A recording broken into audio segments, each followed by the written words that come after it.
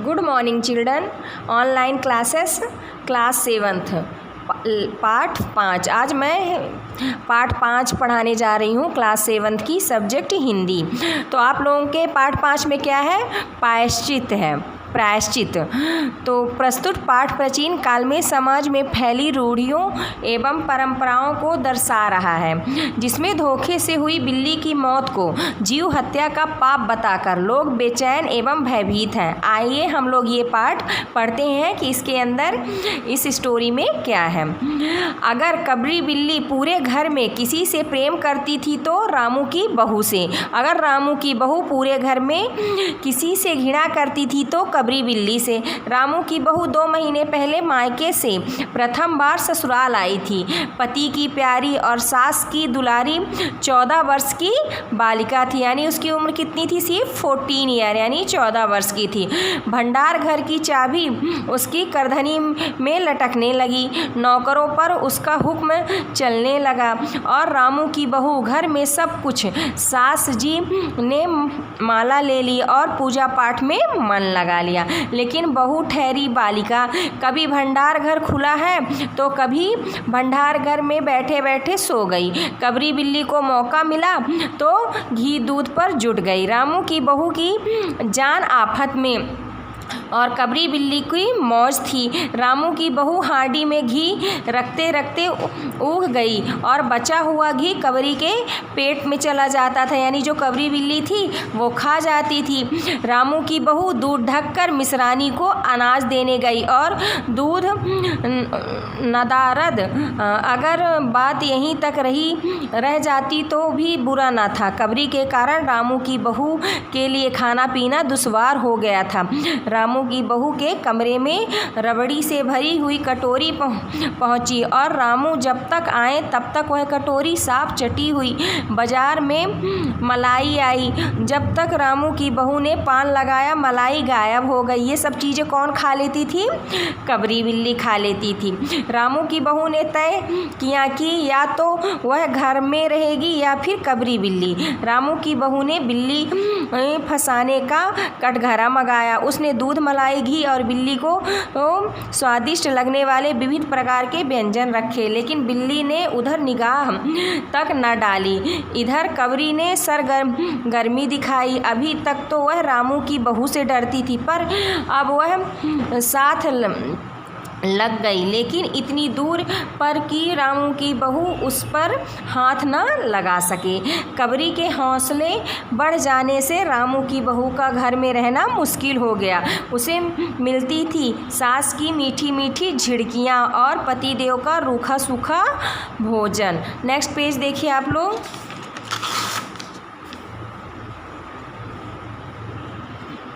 एक दिन रामू की बहू ने रामू के लिए खीर बनाई। पिस्ता बादाम मखाने और तरह तरह के मेवे दूध में लौटाए गए। सोने का बर्क चिपकाया गया और खीर में भरकर कटोरा कमरे में एक ऊंचे ताक पर रखा गया, जहां बिल्ली ना पहुंच सके। रामू की बहू इसके बाद पान लगाने में लग गई। उधर कमरे में बिल्ली आई। ताक के नीचे खड़े होकर उसने ऊपर कटोरों की ओर देखा। ताक की ऊंचाई का अंदाज़ा लगाया और देखा कि रामू की बहू सास जी को पान देने चली गई है और कबरी ने छलाक मारी। पंजा कटोरे में लगा और झनझनाहट की आवाज़ के साथ कटोरा फर्श पर गिरा गया। आवाज़ रामू की बहू के कान में पहुंची। सास के सामने पान फेंककर वह दौड़ी। क्या देखती है कि मिट्टी पर कटोरा टुकड़े टुकड़े और फर्श पर बिल्ली डटकर खीर उड़ा रही है, यानी खा रही है। रामू की बहू को देखते ही कबरी बिल्ली चंपत हो गई, यानी भाग गई। रामू की बहू पर खून सवार हो गया। उसने सोचा न रहेगा बांस और न बजेगी बांसुरी, न रहेगी उसकी कबरी बिल्ली तो ना ही वो खाना खाएगी, दूध पिएगी। रामू की बहू ने कबरी की हत्या के लिए कमर कस ली। रात भर उसे नींद नहीं आई। किस तरकीब से कबरी पर वार किया जाएगा कि वह फिर जिंदा ना बचे। वह लेटे लेटे यही सोचती रही। सुबह हुई और वह देखती है कि कबरी देहरी पर बैठे बड़े प्रेम से उसे देख रही है। रामू की बहू ने कुछ सोचा, इसके बाद मुस्कुराती हुई वह उठी। कबरी बहू के उठते ही खिसक गई। रामू की बहू एक कटोरा दूध कमरे के दरवाजे की देहरी पर रखकर चली गई। हाथ में पाटा लेकर वह लौटी तो देखती है कबरी दूध पी रही है। मौका हाथ आ गया, सारा बल लगाकर पाटा उसने बिल्ली पर पटक दिया। कबरी बिल्ली न हिली न डुली न चीखी चिल्लाई, बस एकदम उलट गई।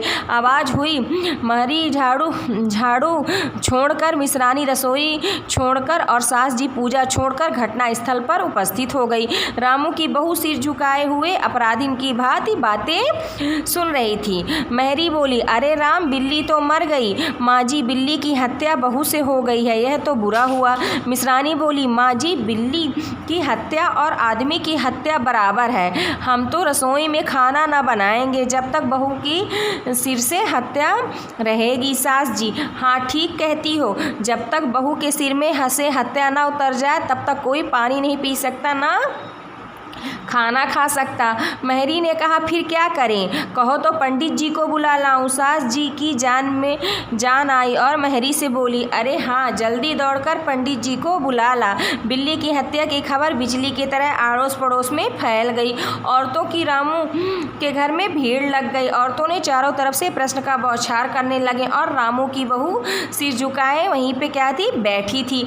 पंडित परम सुख को जब यह खबर मिली उस समय वह पूजा कर रहे थे। खबर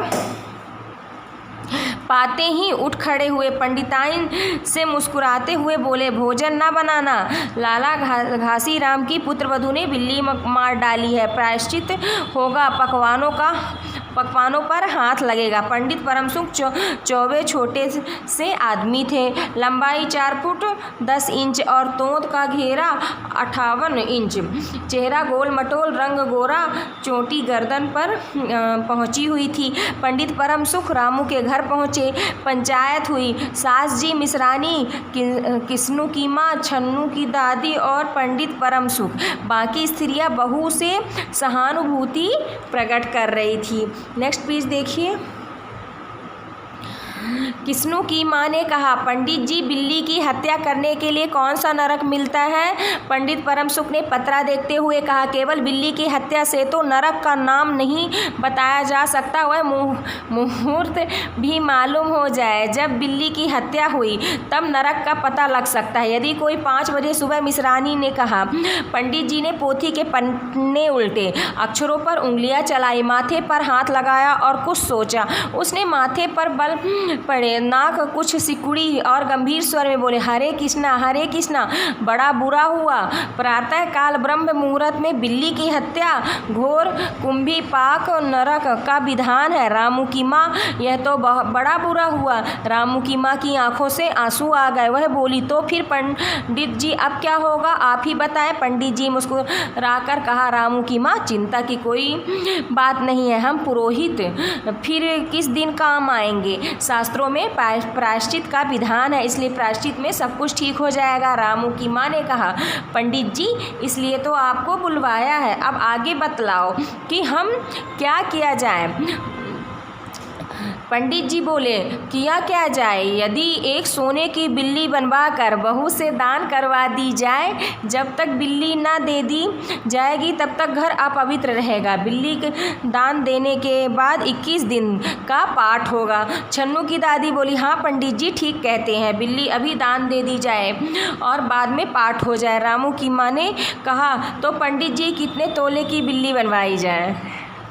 पंडित जी मुस्कुराए, अपनी तोद पर हाथ फेरते हुए उन्होंने कहा, रामू की माँ, शास्त्रों में तो लिखा है कि बिल्ली के वजन जितनी सोने की बिल्ली बनवाई जाए, लेकिन अब कलयुग आ गया है, धर्म कर्म का नाश हो गया है, श्रद्धा नहीं रही, इसलिए रामू की माँ, बिल्ली के वजन जितनी सोने की बिल्ली क्या बनेगी, क्योंकि बिल्ली 21 शेर से कम क्या होगी। हाँ, कम से कम 21 तोले की सोने की बिल्ली बनवाकर दान करवा दो और आगे तो आपकी अपनी अपनी श्रद्धा है। रामू की माँ ने आंखें फाड़कर पंडित जी को देखा। अरे बाप रे, 21 तोला सोना! पंडित जी, यह तो बहुत है, 1 तोले की बिल्ली से काम नहीं चल सकता है। पंडित जी हंसकर बोले। रामू की माँ, 1 तोला सोने की बिल्ली? अरे रुपए का लोभ बहू से बढ़ गया। बहू के सिर बड़ा पाप है, इसमें इतना लोभ ठीक नहीं है। नेक्स्ट पेज देखिए।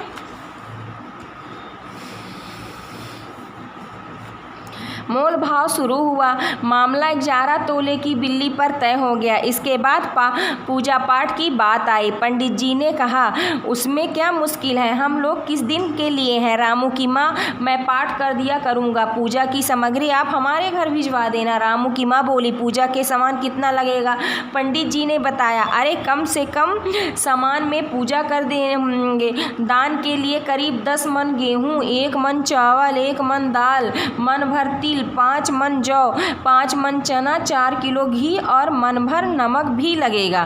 बस इतने में काम चल जाएगा।